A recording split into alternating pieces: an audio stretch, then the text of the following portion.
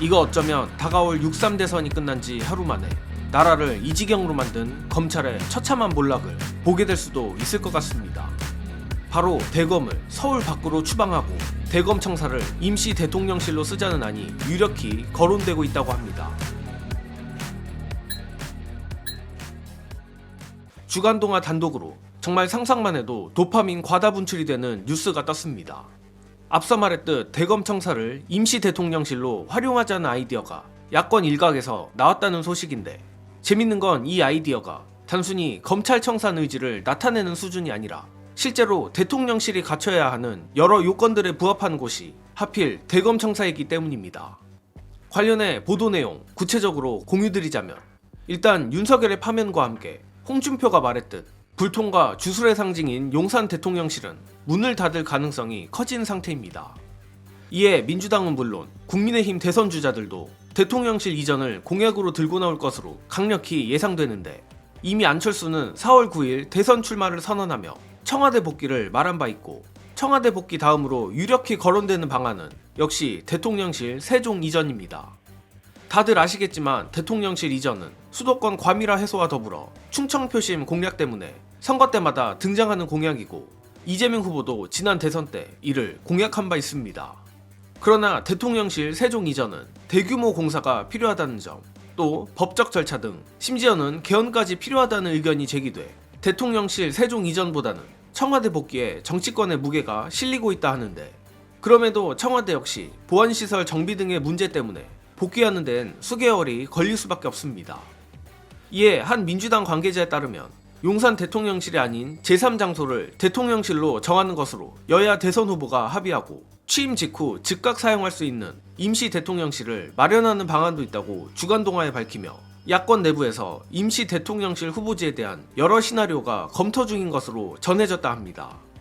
먼저 정부 서울청사가 후보지로 거론됐다고 하는데, 대통령 경호실은 대통령이 머무는 장소 반경 100에서 200m 내 휴대전화 전파를 차단해야 하기에 임시 대통령실로 정부 서울청사를 쓰기엔 광화문 일대 휴대전화가 먹통이 되는 치명적인 단점이 존재합니다.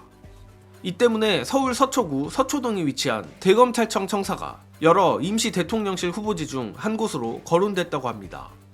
특히 대검청사는 시민들이 오가는 도로와 100m가량 떨어져 있고 외부인의 접근이 어렵다는 장점도 있으며, 부지 안에는 부속 건물도 여러 동이 있어 대통령실로 쓰기에 제격입니다.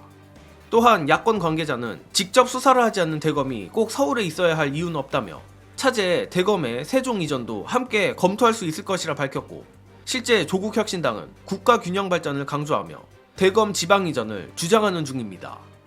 자, 솔직히 정예능도 대통령실 이전 얘기가 나왔을 때 검찰청 건물을 쓰는 게 어떠냐는 의견을 농담 정도로 치부했는데, 이번 기사를 보니 현재 대검청사만큼의 조건을 갖춘 임시 대통령실 후보지가 있을까 진지하게 생각이 드는 부분입니다. 게다가 이런 실용적인 이유가 아니더라도 내란 수계를 탈옥시키는데 큰 역할을 한 심우정이랄지, 김용현이 검찰 출석 전 비화폰으로 이진동 대검차장과 통화를 했다랄지, 내란 수사에 회방을 놓는 것으로 의심되는 인물들은 하나같이 전부 대검 쪽 인물들입니다. 마치 김영삼 대통령이 한화회를 순식간에 정리한 것처럼 새 정부가 들어서자마자 검찰이란 조직에 길을 확 꺾어놓기 위해서라도 검찰의 심장이나 다름없는 대검을 서울에서 도려내는 것은 의미 있는 일이라 생각합니다. 그리고 대검청사 임시 대통령실 아이디어를 굳이 공약으로까지 낼 필요는 없겠지만, 가뜩이나 검찰에 대한 전국민적 불신이 팽배한 만큼 이런 아이디어가 논의되기만 해도 검찰의 멸망을 간절히 바라는 대다수의 국민들로부터 호응을 받으면 받았지 마이너스 요소는 아니라고도 생각합니다. 그러나 이 통쾌한 아이디어가 현실이 되기 위해선 이러나 저러나 대선에서 승리는 당연하고 역대급 압도적 승리를 해야 수구 언론과 내란 세력들도 감히 토를 달지 못할 것입니다. 따라서 우리 민주시민들이 지금부터 열심히 밭을 갈아야 하는데, 효율적인 밭갈이를 위해 말씀을 드리자면 지난 대선과 달리 이번 대선의 핵심 승부처는 바로 60대라고 합니다. 마침 정예능 시청자층의 상당수가 5060 시청자분들이셔서 더욱 주목해야 할 부분 같습니다.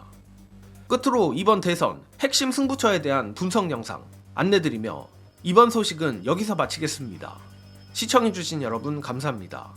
이번 대선에서 제가 이야기를 많이 하고 있는데 20대 남자, 30대 남자가 우리 승부처가 아닙니다. 대선의 주요 승부처는 타깃은 60대입니다. 60대. 그리고 20대보다는 30대가 훨씬 더 중요합니다. 왜냐하면 20대 남자들은 쉽게 그 말을 잘 들을 가능성이 거의 없어요. 근데 다만 20대 남자는 이런 건 있습니다. 조사를 해본 특징이 뭐가 나오냐면 민주당보다 국민의힘 지지도가 높아요. 그러나 한 50% 정도에 달하는 분들은 지지 정당이 없어요. 무당파예요. 근데 이 정권 교체나 정권 연장에 이렇게 물어보면 정권 교체를 원하는 사람이 대다수입니다. 30대 남자는 더 수월하긴 합니다. 왜냐하면 30대 남자들은 경제에 좀 더 민감하거든요. 그래서 이제 이재명 대표께서 경제 민생에 대한 좋은 공약들 준비가 워낙 잘 돼 있기 때문에 30대 남성들은 중요하다. 이 얘기를 좀 드리고 싶고, 무엇보다 60대가 중요하다는 얘기는 60대는 투표율도 높고요. 80년의 봄을 겪었던 세대들이 이미 이제 60대 중반으로 넘어갔습니다. 최근 여론조사 해보면 60대에서 짱짱합니다. 정권교체 의지도 높습니다. 그래서 이 60대를 거의 대등한 싸움으로만 간다면 대선 승리는 압도적으로 할 수 있다. 저는 그렇게 내다보고 있고요.